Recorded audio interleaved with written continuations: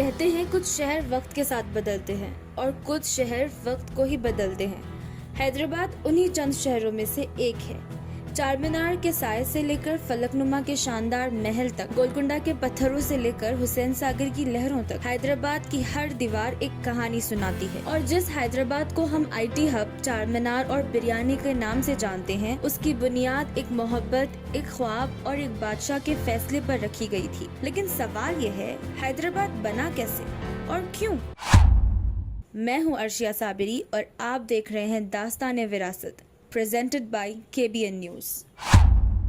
تو کہانی شروع ہوتی ہے 16 سینچری سے۔ ڈکن پر حکومت کرتے تھے محمد قلی قطب شاہ۔ ان کی راجدھانی تھی گولکنڈہ قلعہ۔ یہ صرف ایک قلعہ نہیں تھا، دنیا کے سب سے امیر ہیرے، جن میں سے کوہ نور بھی شامل تھا، اسی زمین سے نکلے تھے۔ لیکن وقت کے ساتھ گولکنڈہ کی آبادی بڑھنے لگی، تنگ گلیاں، پانی کی کمی اور بیماریوں کا خطرہ۔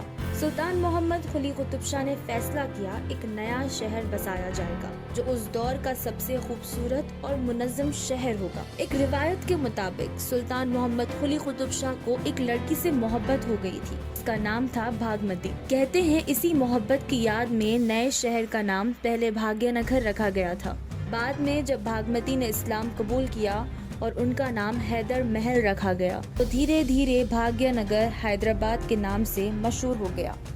1591 نئے شہر کی بنیاد رکھی گئی اور اس کے مرکز میں تعمیر ہوئی چار مینار کی۔ مشہور روایت کے مطابق یہ عمارت ایک دعا کی نشانی تھی۔ جب شہر پلاگیو جیسی بیماری سے گزر رہا تھا، سلطان نے اللہ سے دعا مانگی کہ اگر میری عوام کو اس مصیبت سے نجات مل جائے تو میں یہاں ایک یادگار عمارت کھڑا کروں گا، اور پھر بنا چار مینار جو آج حیدرآباد کی پہچان ہے۔ قطب شاہی حکومت کے بعد مغل بادشاہ اورنگزیب نے حیدرآباد پر قبضہ کر لیا، لیکن چند سالوں بعد آصف جاہ خاندان یعنی نظام ابھر کر سامنے آئے۔ نظاموں نے حیدرآباد کو صرف ایک شہر نہیں بلکہ تعلیم، صحت، ریل، آرکیٹیکچر اور تہذیب کا مرکز بنا دیا۔ عثمانیہ یونیورسٹی، عثمانیہ جنرل ہاسپٹل، ہائی کورٹ اور کئی شاندار عمارتیں اسی دور کی یادگار ہیں۔ ایک وقت تھا جب حیدرآباد کے نظام کو دنیا کے سب سے امیر انسانوں میں شمار کیا جاتا تھا۔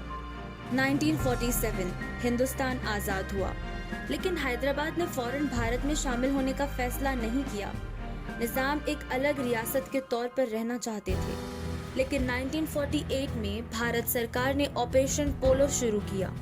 صرف 5 دن کے آپریشن کے بعد حیدرآباد بھارت کا حصہ بن گیا اور ایک نیا دور کا آغاز ہوا۔ آج حیدرآباد صرف ایک شہر نہیں، یہ تہذیب ہے، زبان ہے، بریانی کی خوشبو ہے، چار مینار کی شان ہے اور صدیوں کی کہانیوں کا زندہ صفحہ ہے۔ ہر پتھر کچھ کہتا ہے، بس سننے والا چاہیے۔ میں ہوں عرشیہ صابری اور آپ دیکھ رہے ہیں داستان وراثت۔ اگلی بار ہم پھر لوٹیں گے بھارت کی تاریخ کے ایک انوکھے حصے کے ساتھ۔ اس نیو سیریز داستان وراثت کے اور امیزنگ اور انٹرسٹنگ سٹوریز دیکھنے کے لیے KBN نیوز کو لائک، شیئر اینڈ سبسکرائب ضرور کریں۔